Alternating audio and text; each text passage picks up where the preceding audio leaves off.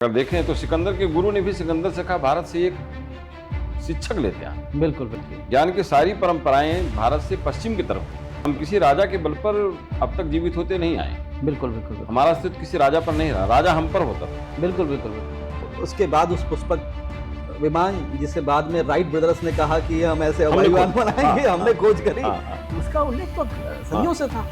जब इसरो ने Aditya L1 launch किया तब उन्होंने बताया कि एग्जैक्टली धरती से सूर्य की दूरी इतनी युग सहस्त्र योजन पर भानु लिल्यो ताई मधुर फल जानू। आपके चालीसा में ऑलरेडी वो लिखा हुआ था, आपने उसे ऐसे पढ़ा क्योंकि मंत्र है। मंत्र है, उसको हमने गंभीरता से नहीं लिया। नमस्कार, एक बार फिर से आप सभी का स्वागत। एक और बुधवार फ्यूचर विश्वविद्यालय के प्रांगण से मैं doctor Pankaj Kumar Mishra, pro vice chancellor, आप सबका हार्दिक अभिनंदन और स्वागत करता हूं।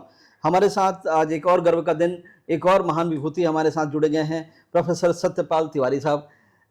विप्र शिरोमणि, आप प्रयागराज से आए हैं, कुंभ की धरती से आए हैं। आप किस प्रकार से विश्वविद्यालय को देखते हैं, किस प्रकार से उच्च शिक्षा को देखते हैं, किस प्रकार से आपका जो एक परिदृश्य है, आपका एक सोच है विश्वविद्यालय को लेकर के, छात्र छात्राओं को लेकर के, इन सब के विषय में बहुत जानकारी, बहुत सारी बातें करेंगे। और साथ में ही आज एक जो विषय है जो अंतर्राष्ट्रीय स्तर पर ही एक बहुत वैल्यू मिल रही है। पूरा विश्व हमारे खान पान को पालन कर रहा है और हम भारतीय पिज्ज़ा और बर्गर की तरफ भाग रहे हैं। तो ऐसी बहुत सारी जो बातें हैं उनको समझने का प्रयास करेंगे, भारतीय ज्ञान परंपरा को समझने का प्रयास करेंगे, जो राष्ट्रीय शिक्षा नीति के संदर्भ में बहुत महत्वपूर्ण हो जाती है, राष्ट्रीय शिक्षा नीति के क्रियान्वयन में बहुत महत्वपूर्ण होती है। इंडियन नॉलेज सिस्टम को भी हमने इम्बाइब किया। दर्शकों, आपको जानकारी देते हुए हमें अच्छा लग रहा है कि हम भारत की पहले विश्वविद्यालय बने जिन्होंने इंडियन नॉलेज सिस्टम को क्रेडिट पाठ्यक्रम के रूप में, क्रेडिट के कोर्स के रूप में अपने यहाँ लगाया। बहुत सारे विश्वविद्यालय और भी हैं जो भारतीय ज्ञान परंपरा को पढ़ा रहे हैं, लेकिन वो केवल एक वैल्यू एडेड कोर्सेज के रूप में पढ़ा रहे हैं। हम क्रेडिट कोर्स के रूप में लगा रहे हैं। आपके बच्चों के मार्कशीट में भी इंडियन नॉलेज सिस्टम 1 लिख करके आएगा। इस प्रकार की व्यवस्था की, ऐसा करने वाले हम देश के पहले विश्वविद्यालय बने, और वो भी अपने इंसेप्शन के 35 दिनों के अंदर। इस प्रकार से हमने जड़ों से जुड़ने का प्रयास किया। साथ साथ टेक्नोलॉजी में आगे बढ़ते हुए हम देश की पहली AI एनेबल्ड यूनिवर्सिटी बनाने वाले भी पहले विश्वविद्यालय बने। AI enabled new age innovative university के रूप में इंडियाज़ फर्स्ट हम लोगों ने उसमें भी प्रयास किया। 6 मार्च को हम बने India's first AI enabled university, और लगभग जुलाई 2024 में हमारा अस्तित्व आया एक विश्वविद्यालय के रूप में। और तब से लेकर आज तक नवाचार को हमने अपने खून में, अपने ब्लड का भाग बनाया हुआ है। हमारी सिस्टम में इनोवेशंस हैं, नई टेक्निक्स के लिए सम्मान है। हमारे यहाँ रोबोट टीचर्स भी हैं, हमारे यहाँ मेटावर्स के माध्यम से पढ़ाई कराने की कोशिश की जाती है, VR भी हम लगाते हैं। लेकिन साथ साथ इंडियन नॉलेज सिस्टम के बारे में बताना चाहते हैं। तो हमारे साथ जुड़े हुए हैं श्री तिवारी साहब। तिवारी साहब, आपसे निवेदन है कि भारतीय ज्ञान परंपरा की आवश्यकता कैसे, इस पर तो बात करेंगे। थोड़ा सा अपना परिचय दीजिएगा और साथ में जरूर बताइएगा कि इंडियन नॉलेज सिस्टम कैसे इतना समृद्ध है और उसको बच्चों के लिए क्यों अनिवार्य है। बहुत धन्यवाद। जहाँ तक मेरे बैकग्राउंड की बात है जी, मैं ग्रामीण क्षेत्र से संबंधित हूँ जी। मैं 1992 में इलाहाबाद यूनिवर्सिटी में BA के छात्र के रूप में मैंने वहाँ एडमिशन लिया जी, और फिर वहीं से मैंने PG और शोध कार्य किया जी, और कंपटीशन का छात्र रहा। ओके। मैंने 3 बार इंटरव्यू दिया। जी, संयोग से उधर नहीं जा पाया तो इधर पहले ही चांस में असिस्टेंट प्रोफेसर बन गया जी, महाविद्यालय में। जी, महाविद्यालय में नौकरी करने के बाद मैं फिर राजर्षि टंडन मुक्त विश्वविद्यालय, जी, उत्तर प्रदेश प्रयागराज के मानविकी विद्या शाखा का निदेशक। अरे वाह, क्या बात, क्या बात। और वहीं मैं कार्य कर रहा हूँ। जी, जी, जी। यह विश्वविद्यालय आपके विश्वविद्यालय की तरह ही भारतीय ज्ञान परंपरा का संवाहक रहा है। जी, और भारतीय ज्ञान परंपरा की जहाँ तक बात है, जी, वह विश्व में ज्ञान के क्षेत्र में सर्वोच्च शिखर पर है। सर्वोच्च शिखर पे। जी, और जब हम भारतीय ज्ञान परंपरा से आवेष्टित थे जी, तो हम विश्वगुरु थे। बिल्कुल ठीक बात, बिल्कुल ठीक। कोई भी ऐसा क्षेत्र नहीं था जहां हम पहुंचे ना हो।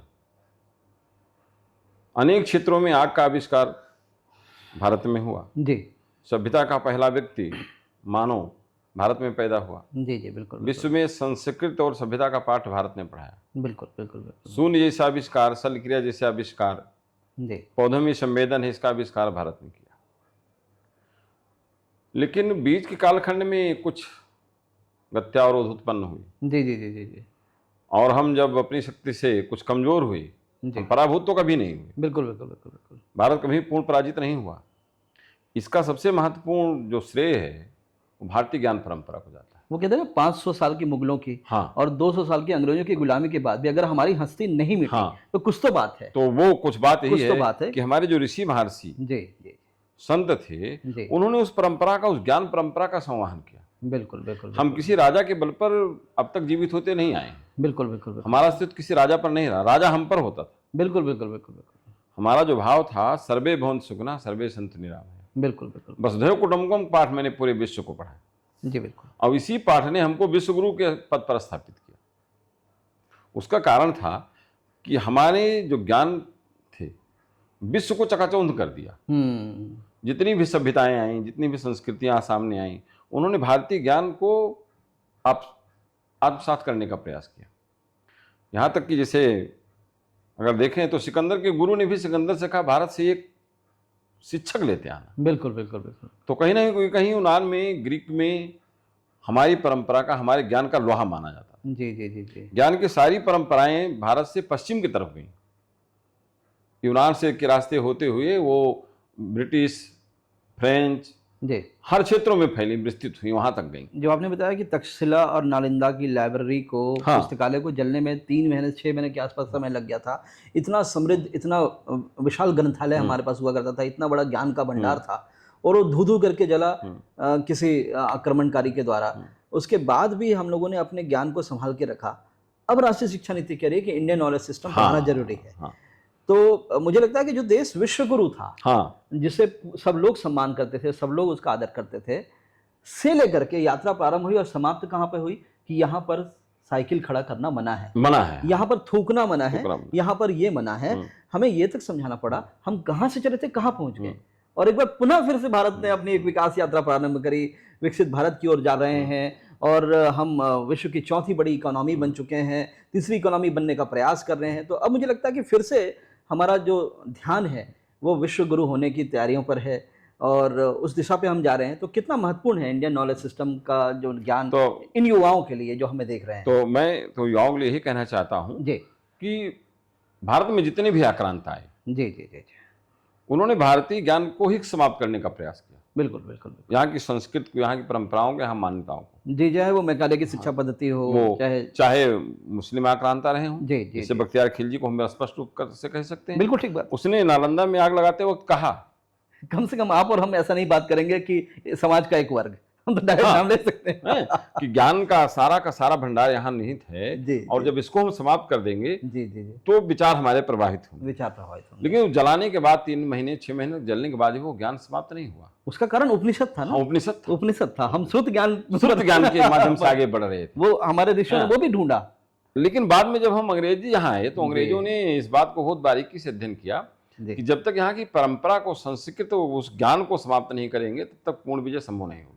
किसी ने कहा 2 वेद का ज्ञाता द्विवेदी, 3 हाँ, वेद का ज्ञाता त्रिवेदी, 4 वेद का ज्ञाता चतुर्वेदी, है ना। तो त्रिवेदी से बन गया तिवारी। तो 3-3 वेदों के ज्ञाता हैं आप। तो अंग्रेजों ने एक बहुत कूटनीतिक, बहुत बारीक रास्ता निकाला, चाहे मैकाले रहे हों, चाहे जो भी रहा हो। जी जी जी, जितने भी विद्वान पश्चिम के थे, कुछ को कहते नहीं भारतीय के समर्थक थे, वो भी समर्थक कोई नहीं था। जी जी, उन्होंने बहुत बारीकी से भारतीय ज्ञान परंपरा को खंडित करने का प्रयास किया। हमारे वेदों से जो अच्छी अच्छी चीजें थी, वो निकाल, हमारे पुराणों में जो अच्छी, उपनिषदों में जो अच्छी चीजें थी, उन्होंने तो उसको ग्रहण कर लिया, और जो कहीं कुछ कमजोरी थी उसको उन्होंने कहा कि ये खराब है, ये गड़बड़ है, ये उल्टा है, भारतीय कुछ नहीं जानते हैं, ये बर्बर हैं, आदिम युग के लोग हैं, मर्यादा की भी कितनी विशालतम उदाहरण हमारे शास्त्रों में मिलती है, सनातन में, कि जब भरत ने कसम खाई थी कि राम जी अगर आप 14 वर्ष और 1 दिन हो जाएगा तो मेरा मृत्यु देखेंगे आप, मेरी डेड बॉडी देखेंगे आप, तब श्री रामचंद्र जी ने मर्यादा पुरुषोत्तम होने के बाद भी निवेदन किया विभीषण से कि क्या मैं आपका पुष्पक का प्रयोग कर सकता हूँ। कितनी मर्यादा है ना।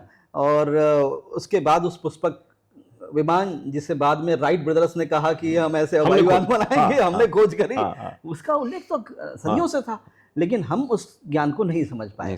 जब इसरो ने आदित्य L1 लॉन्च किया, तब उन्होंने बताया कि एग्जैक्टली धरती से सूर्य की दूरी इतनी है। युग सहस्र जो योजन योजन पर पुर भानु। भानु हाँ। लिल्यो ताहि मधुर फल जानू। आपके चालीसा में ऑलरेडी वो लिखा हुआ था, यही मैं आपने उसे ऐसे पढ़ा हाँ कि वो कोई मंत्र है। मंत्र है, हाँ उसको हमने गंभीरता से नहीं लिया। हनुमान चालीसा इस प्रकार से पढ़ना है कि भूत भगाने के लिए भूत पढ़ना है, भगाने डर के लिए पढ़ना है, उसमें निहित बातों को हमने समझा ही नहीं, सुना ही नहीं। और यही कारण था, मुझे लगता है कि हम जो बात कर रहे थे सुबह कि ना ठीक से हम धोती पहन पा रहे हाँ। हैं, ना धोती छोड़ पा रहे हैं, ना ठीक से जीन्स पहन पा रहे हैं, कहीं बीच में फंसे हुए हैं। तो मुझे लगता है इंडियन नॉलेज सिस्टम एक गेम चेंजर साबित होगा और छात्र छात्राओं को अपने संस्कृति पर, अपने सनातन पर एक विश्वास फिर से जगाएगा। इसके लिए कुछ और बताना चाहेंगे? तुलसीदास ने बिल्कुल स्पष्ट कहा जी। हम तुलसीदास को कुछ लोग कहते हैं वो क्या लिख गए हैं, पोगापंथी लिख गए हैं, जी जी। लेकिन जो अभी आपने कहा हनुमान चालीसा में, उन्होंने बिल्कुल लिखा युग सहस्त्र योजन पर भानु लीलो ताहि मधुर फल। सूर्य की वही दूरी वो सहस्त्र योजन युग, वो किलोमीटर के अनुसार आज वैज्ञानिक सिद्ध कर रहे हैं। जब आदित्य एल1 गया तब आपको पता चला। राम सेतु की प्रामाणिकता नासा ने कह दिया तो हम भी मानने मानने तैयार, नहीं तो हमें तो हमें कोई काल्पनिक पात्र लग रहे थे राम जो है। बिल्कुल राम को हमारे किसी ने कहा ना कि रामायण एक उपन्यास है, काल्पनिक पात्र हैं। तो आज के नवयुगों के सामने भारतीय ज्ञान परंपरा बहुत उपयोगी जी, बशर्ते उसको गंभीरता से अध्ययन करना चाहिए। कोई ऐसी चीज नहीं है जो अभी आपने कहा राइट ब्रदर्स के बारे में, जी, अपने विमान सर्वस्वम नामक ग्रंथ में भरद्वाज जी ने अनेक प्रकार के विमानों का वर्णन किया। बिल्कुल बिल्कुल, विमानों में प्रयोग होने ईंधन का विमान किया, वर्णन किया है, ईंधन का भी। अच्छा, उसी प्रकार से वो जो जिस पर राम जी बैठ के आते हैं, जी जी, पुष्पक विमान, जी, उसी प्रकार से विमान था जी। बिल्कुल, वो इच्छा के अनुसार चलने वाला था जी जी जी, और छोटा बड़ा भी हो जाने की उसमें क्षमता थी। बिल्कुल बिल्कुल बिल्कुल बिल्कुल। हम कभी कल्पना करते थे, लोग कहते थे कि हमारे यहाँ ऐसे अस्त्रों का निर्माण था जो इच्छा शक्ति से प्रयुक्त होते थे, मार के लौट आते थे। आज मिसाइल उसी का रूप है। कोविड के दौरान जब रामानंद सागर कृत रामायण का जब दोबारा से लाइव किया गया, जो बच्चे नहीं देख पाए थे, आज की जो युवा पीढ़ी, जो अल्फा जनरेशन, उन्होंने जब दोबारा रामायण देखी, उन्हें बड़ा वो अजीब सा लगा कि वो मंत्र पढ़ते हैं, एक धनुष प्रकट हो जाता है, और इस प्रकार से देखिए किस लेवल की हमारी साइंस थी। ये समझने की आवश्यकता है। आज वही गाइडेड मिसाइल जी, वही हमारे बाण उसमें थे, लेकिन हम उसको समझने का प्रयास नहीं किए। आर्टिफिशियल इंटेलिजेंस, कितनी बातें हो रही हैं। आर्टिफिशियल इंटेलिजेंस क्या है? आप कहते हैं और वो कर देता है। आपने एक फोटो बनाई, आपने कहा इस फोटो को ऐसे बदल दो, इस वीडियो को ऐसे बना दो, वो कर देता है। वो क्या है? माया है, जिसका उल्लेख वहां पर है। शंकर ने किया, वेदों में है, रामचरितमानस में। दैत्यमारीच ने आर्टिफिशियल इंटेलिजेंस से अपने आप को कन्वर्ट कर लिया सोने के हिरण में। वही नहीं, वो रावण का भेजा हुआ दैत्य ऋषि के रूप में हनुमान जी से मिल जाता है। बिल्कुल बिल्कुल। लेकिन जब हनुमान जी उसे प्रताड़ित करते हैं, मारते हैं, तो राक्षस के रूप में प्रकट हो जाता है। ये एआई ही है जी जी। बस फर्क इतना है कि हम समझ नहीं पा रहे हैं कि हमारे कितने ज्ञान किन किन क्षेत्रों में आधुनिकतम थे। आज भी आर्टिफिशियल इंटेलिजेंस है। तो ये तो माया हुआ। तो माया के बारे में दो बातें हैं। एक मायावी, जिसे हम दैत्यों को कहते थे, रावण को कहते थे, वो मायावी कहते थे, और श्री रामचंद्र जी को कहते थे मायापति। तो आर्टिफिशियल इंटेलिजेंस को आप किस रूप में उपयोग कर रहे हैं? I am talking about the ethical use of artificial intelligence also, कि उससे आप साइबर क्राइम भी अच्छा तरीके से कर सकते हैं, और उससे अपनी पढ़ाई लिखाई और अपने व्यवसाय में भी अच्छे से उपयोग कर सकते हैं। उस माया को, उस आर्टिफिशियल इंटेलिजेंस को किस प्रकार से आप उपयोग करेंगे, ये महत्वपूर्ण बात है। और अगर आज का बच्चा अगर मायावी बन करके उसको उपयोग करेगा तो वो अपने विनाश की ओर जाएगा। और जैसे उसे आप मायापति के रूप में उसमें कंट्रोल करिए, महारत हासिल करिए। यही प्रयास है विश्वविद्यालय का। आर्टिफिशियल इंटेलिजेंस को भी हम लेकर के आए, इंडिया की पहली एआई इनेबल्ड यूनिवर्सिटी बने सर हम, और साथ में हमारा प्रयास रहा कि इंडियन नॉलेज सिस्टम को भी क्रेडिट कोर्स के रूप में दिया जाए, ताकि बच्चे अच्छा कर सकें। और इस प्रकार की बातें, जैसे आप जुड़ते हैं, कई मंच में जाते हैं, तो लगातार जैसे आपने बताया कि आपके विश्वविद्यालय में भी भारतीय ज्ञान परंपरा को भी विस्तृत रूप से पढ़ाया जा रहा है, समझाया जा रहा है। इसके बारे में क्या और स्ट्रैटेजी होनी चाहिए सर? कैसे हम इसको और अच्छा कर सकते हैं? हम एक बढ़िया तालमेल बैठा करके, जी सर, और पुराने मूल्यों को खोज करके, बिल्कुल पुराने ग्रंथों पर शोध करके जी, उनको सामने लेके आए। जैसे अभी आपने कहा कि हम मायावी न बने, बिल्कुल हम मायापत बनने का प्रयास करें। मायावी न बन के मायापति बने। अगर हम मायापत बनेंगे तो माया के सारे चिन्ह पर हमारा अधिकार होगा, वो हमारे नियंत्रण में होगी, तो उसका हम सदुपयोग कर सकेंगे। बिल्कुल बिल्कुल। ठीक उसी प्रकार जैसी एक हम लोग एक समाज में एक कहानी प्रचलित है कि एक कोई इस प्रकार से जादूगर था जी, या जिन्न था जी, जी, जिसको महाराज विक्रमादित्य ने पकड़ लिया। अच्छा। तो उसने कहा कि आप या तो हमको काम बताते रहिए, हाँ। नहीं काम नहीं बताएंगे तो हम आपको समाप्त कर देंगे। वाह क्या बात। विक्रमादित्य ने उससे कहा तुम चढ़ने उतरने का काम करो। अच्छा, ये खंभा बता दिया, वो लगातार चढ़ता उतरता रहा। खत्म नहीं हो गया, खत्म नहीं हो रहा था।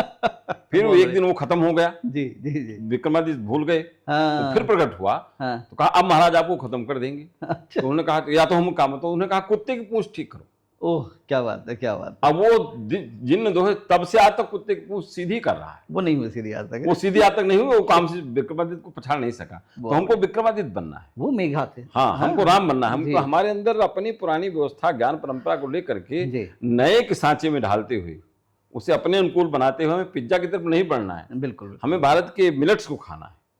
अब देखिए ऑर्गेनिक फूड के नाम हाँ। से मार्केट में कितने महंगे वो दाल आ रही कितने है, महंगे कितनी दाल। महंगे वो सामान हाँ। आ रहे हैं। हैं? और वही हम ऑर्गेनिक फूड जब हम कहते थे तो उस समय हमें सिखाया जाता था कि यूरिया डालिए, यूरिया डालिए, और जब खेत समाप्त हो गए हाँ, बंजर तब हो कहें गए कि गोबर खाद का प्रयोग करिए, बोले कंपोस्ट खाद कंपोस्ट और खाद। ऑर्गेनिक खेती से होती रही है। हाँ। पूरा विश्व ऑर्गेनिक प्रोडक्ट के लिए आतुर है, हाँ, देश आतुर। हमारा उसके लिए सबसे बड़ा तो निर्माण। आज हमें पूरी इस ज्ञान का प्रयोग जी शिक्षा से लेकर के कृषि तक, जी बीए से लेकर एलबी तक के क्षेत्र में जी अपने ज्ञान की स्थापना करते हुए उसका प्रयोग करना है। जी। आज हमें जौ बाजरा की तरफ बढ़ना पड़ा, सावा कोदो की तरफ बढ़ना पड़ेगा। बिल्कुल बिल्कुल। यही हमारा प्राचीन ज्ञान, तो हमको शुगर नहीं होगी, हमको बीपी नहीं होगा। सर हमारी परंपरा में था ही नहीं परंपरा में कि था हमें ही। धान खाना है, हाँ। चावल का उपयोग करना है या गेहूं का, हमारी परंपरा में थी ही ना। हम तो मिलेट सिखाते थे शुरू मिलेट्स में। खाते थे। तो ये भी थी।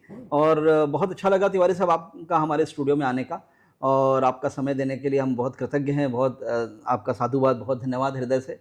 आज आप हमारे दीक्षारंभ कार्यक्रम के भी भाग बने, आपने विश्व के छात्र छात्राओं को, नवप्रवेशित छात्र छात्राओं को बहुत अच्छी जानकारी दी, बहुत अच्छा प्रेरणा दी सर। अंत में जाते जाते फ्यूचर विश्वविद्यालय का प्रांगण कैसे लगा, और आप हमारे छात्र छात्रों को क्या कहना चाहेंगे, अंतिम आपका संदेश क्या होगा सर, ये उसके बाद फिर पॉडकास्ट हम वास्तव में यहाँ आकर के जी अपने आप को बहुत धन्य माने कि आप लोगों ने हमको यहाँ बुलाया, और यहाँ आकर के हमें कई चीज़ देखने को मिला। जी इस यूनिवर्सिटी का पहली बात तो इंफ्रास्ट्रक्चर इतना सुंदर है, इतना अच्छा है जी कि वो विद्यार्थियों को स्वयं आकर्षित करता है। जी बिल्कुल बिल्कुल। और तकनीक के क्षेत्र में ये बहुत अग्रणी विश्वविद्यालय है, जैसा कि आपने बताया जी कि वैल्यू एडेड आपका एआई नहीं है, जी बिल्कुल। Credit added. क्रेडिट कोर्स बिल्कुल ठीक बात। तो ये निश्चित रूप से जहाँ तक हमें जानकारी प्रदेश का पहला विश्वविद्यालय होगा। और आईकेएस भी हमारा वैल्यूडेड, आईकेएस आपका भी आईकेएस भी हमारा वैल्यूडेड, आईकेएस हाँ। भी हमारा क्रेडिट का कोर्स है। क्रेडिट का कोर्स है। क्रेडिट का कोर्स है, तो कंपलसरी वो सिखा रहे हैं। छात्रों के लिए मेरा संदेह है कि ऐसे जी। विश्वविद्यालय से जुड़ेंगे होगा जी जी जी तो परंपरागत और आधुनिकतम जी का सम्मिलन जो होगा वो नवाचार के लिए बहुत उपयुक्त होगा, और बिल्कुल। उनके करियर संवर्धन के लिए बहुत ही अच्छा होगा। बिल्कुल। जो यह फ्यूचर यूनिवर्सिटी जिस कार्य को आगे बढ़ा रही है, जी, जी। ईश्वर के पास वो निरंतर आगे बढ़ते जी। रहे। और आप जैसे प्रगतिशील विचारों से, प्रगतिवादी नहीं प्रगतिशील विचारों से जी जी जी संपन्न व्यक्ति के जी। नेतृत्व में ये विश्वविद्यालय निश्चित रूप से आगे बढ़ेगा, जी और भगवान इसे आगे बढ़ाएंगे। मैं इसकी शुभकामना करता हूँ और हार्दिक बधाई देता हूँ जी। कि विश्वविद्यालय आगे निरंतर बढ़े, जी और आप लोग फिर से इस प्रकार के कार्यक्रम करें जी तो यह विश्वविद्यालय के हित में बहुत अच्छा होगा। जी, बिल्कुल। और विश्वविद्यालय से निकले हुए छात्र समाज में जाएंगे, जो हमको देखने को मिला, तो समाज हित भी होगा जी। और शिक्षा का उन्नयन होगा। जी बिल्कुल। और एक बात मैं कह के अपनी बात को समाप्त करूंगा जी बिल्कुल। कि मैंने वहां भी कहा था जी कि दीक्षा आरंभ, क्या बात है, क्या बात है, मैं ये कहने वाला था आपसे। जो कार्यक्रम आपने प्रारंभ किया, जी जी जी जी। जिस प्रकार से सारे विश्वविद्यालय दीक्षांत करते हैं, दीक्षांत लेकिन तो सब दीक्षारंभ नहीं करते, दीक्षारंभ कोई नहीं कर रहा तो था। हमको पहले दीक्षारंभ करना चाहिए। बहुत बढ़िया बात है। दीक्षोनयन का कार्यक्रम मैं देख रहा हूँ आपने किया है, जी जी जी जी जी। तो ये भी एक संस्कार है। वो भी एक संस्कार है। तो जी, जी। संस्कार के रूप में वही जी। मैंने कहा कि आप जी। इतना अवदान कर रहे हैं समाज के रूप में जी जी कि जी दीक्षा आरंभ करके आप वास्तव में शिक्षा और दीक्षा, जी बिल्कुल। जो शिक्षित हो रहा है वो दीक्षित कैसे होगा, दीक्षित कैसे हो, आप इसको दीक्षित करने के लिए आप कार्य कर रहे हैं। जी, जी। तो जब हमारा समाज दीक्षित होगा जी जी तो निश्चित रूप से भारतीय ज्ञान परंपरा से पूरा हमारा प्रदेश ही नहीं, जी बिल्कुल। पूरा भारत आप्लावित भारत होगा, प्रभावित और होगा। ऐसे यूनिवर्सिटी का भविष्य निश्चित रूप से उज्जवल होगा जी। और आगे बढ़ेगा। बस सर प्रयास है बरेली मंडल की उच्च शिक्षा की दिशा को बदलने का, और मुझे लगता है कि बरेली मंडल के छात्र छात्राओं में वो ऊर्जा है, और ऊर्जा के बारे में कहा जाता है ना उसे उत्पन्न किया जाता है ना वो समाप्त होती है, उसे एक रूप से दूसरे रूप में बदला जा सकता है। हम प्रयास कर रहे हैं कि इन युवाओं की ऊर्जा को एक नई दिशा दें, जिससे बरेली मंडल की उच्च शिक्षा की दिशा बदले। मुझे यकीन है, ऐ मेरे वतन की रेत मुझे एड़ियाँ रगड़ने दे, मुझे यकीन है पानी यहीं से निकलेगा। इन्हीं शब्दों के साथ आप सभी दर्शकों का, तिवारी साहब आपका बहुत बहुत धन्यवाद, साधुवाद। इसी प्रकार से जुड़े रहिएगा, लगातार कमेंट करिएगा, लाइक करिएगा, और जरूर बताइएगा अगली बार आप किस विषय पर हमें सुनना चाह रहे हैं। आपकी बातों का बहुत हम ध्यान रखते हैं, और आपके कमेंट्स के हिसाब से हम नए नए विभूतियों को बुलाते हैं अपने स्टूडियो में, और उनके साथ पॉडकास्ट के माध्यम से उनकी बातें आप तक पहुँचाते हैं। तब तक आप सुरक्षित रहिए, ध्यान रखिएगा अपना। फिर अगले बुधवार को फिर मुलाकात होगी। नमस्कार।